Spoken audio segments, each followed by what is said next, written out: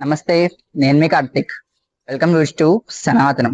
ముందుగా అందరికీ విజయదశమి శుభాకాంక్షలు అండి. అందరికీ కూడా అమ్మవారి అనుగ్రహం ఖచ్చితంగా ఉండాలని మనస్ఫూర్తిగా కోరుకుంటున్నాను. 9 రోజులు అమ్మవారిని ఏకధాటిగా పూజ చేసుకున్నారు కదండి.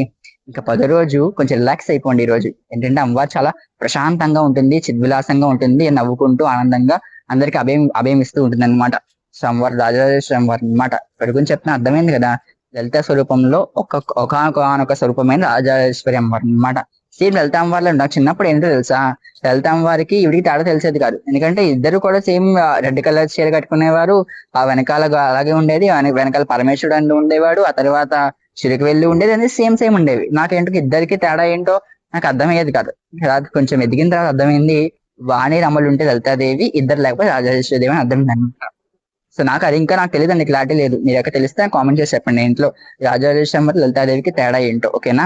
సరే, అయితే ఇప్పుడు అమ్మవారి గురించి మాట్లాడుకోవడానికి వెళ్ళిపోదాం. సో అమ్మవారికి ఇష్టమైన రంగు ఏంటంటే, అమ్మవారికి ఇష్టమైన రాణి రంగు అంటే రాయల్ బ్లూ కలర్ అంటే అమ్మవారికి చాలా ఇష్టం అనమాట.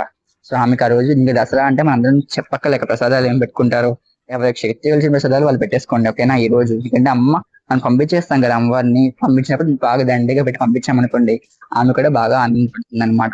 ఆమె తప్పకుండా అన్ని చెప్పడం మర్చిపోయి ఏంటంటే, ప్రతిరోజు కూడా అమ్మవారికి ఖచ్చితంగా పానకం పెట్టడానికి ప్రయత్నించండి.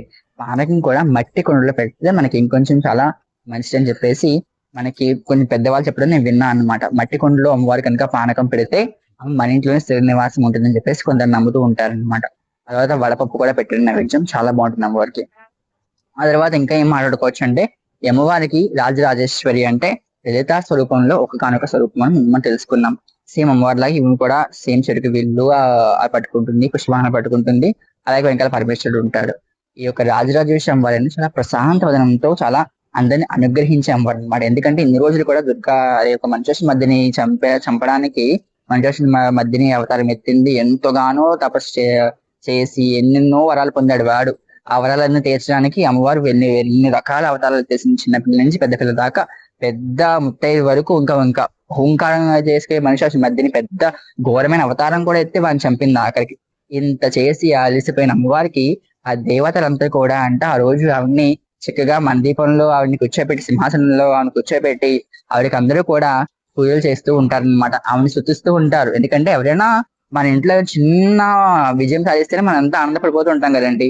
అలాంటిది పెద్ద ఘోర తపస్సు చేసిన ఒక రాక్షసుడు చేతిని తన చేతిలో తానే చంపిందంటే, అది కూడా వాడికి ఏంటి, స్త్రీ అంటే చాలా చులకన. అంటే స్త్రీ స్వరూపమైన అమ్మవారు వాడిని వధించిందంటే ఆ దేవతలందరూ కూడా ఆమెని వేల స్తోత్రాలతో స్తోత్రం చేశారు. అలా వచ్చిన శ్లోకమే మనకి రాజరాజేశ్వరి అమ్మవారి యొక్క స్తోత్రం అండి. అదే అండి మనకి రాజరాజేశ్వరి అమ్మవారి స్తోత్రం లలిత సహస్రనామంలో మనకి ఖచ్చితంగా కనిపిస్తూ ఉంటుంది అనమాట. ఖచ్చితంగా చూసి చదువుకోవడానికి ప్రయత్నించండి. చదువుకోవడం రాకపోతే కనీసం మన ఫోన్ లో ఇప్పుడు మనకి యూట్యూబ్ లో నొక్కితే ఖచ్చితంగా అన్ని మనకి యూట్యూబ్ లో వస్తూ ఉంటాయి కదా, యూట్యూబ్ లో నొక్కుని చూసుకుని చదువుకోవడానికి ప్రయత్నించండి. ఆ తర్వాత ఇంకా ఆ రోజు సాయంత్రం ఇంకా ఉద్యాపన అలా ఇవ్వాలి, ఆ అమ్మవారికి ఎట్లా ఉద్వాసం చెప్పాలి, ఇవన్నీ కూడా నేను వచ్చే వీడియోలో మాట్లాడుతానండి. ఎందుకంటే ఇప్పుడు వీడియో చాలా పెద్ద వీడియో అయిపోతుంది. సో అమ్మవారిని ఎట్లా తీయాలి, ఆ తర్వాత సువాసిని పూజ గురించి, బాల పూజ గురించి, అలాగే ఇంకొన్ని విశేషమైన వీడియోస్ అన్ని కూడా మాట్లాడుకుంటాను. ఎందుకంటే ఇప్పుడు ప్రెసెంట్ ఏంటంటే మనకి ఈ యొక్క సిరీస్ అని జరుగుతున్నాం. యాక్చువల్లీ మీకు ఒక సీక్రెట్ చెప్పానా, నేను ఇవన్నీ వీడియోస్ కూడా ఒకే రోజు తీస్తున్నాను అనమాట. ఓకేనా?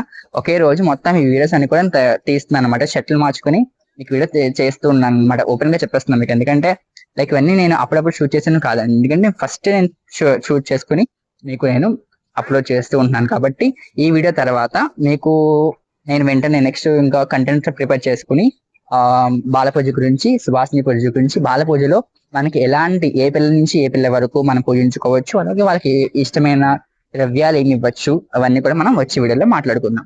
సరేనా? అయితే అంతవరకు సరే, నమస్కారం. అందరికీ కూడా మరొకసారి విజయదశమి శుభాకాంక్షలు. ఎందుకంటే అప్పుడు పోస్ట్ అవుతుంది కాబట్టి ఇప్పుడే చెప్పేస్తున్నాను. సరే అయితే, జై శ్రీరామ్.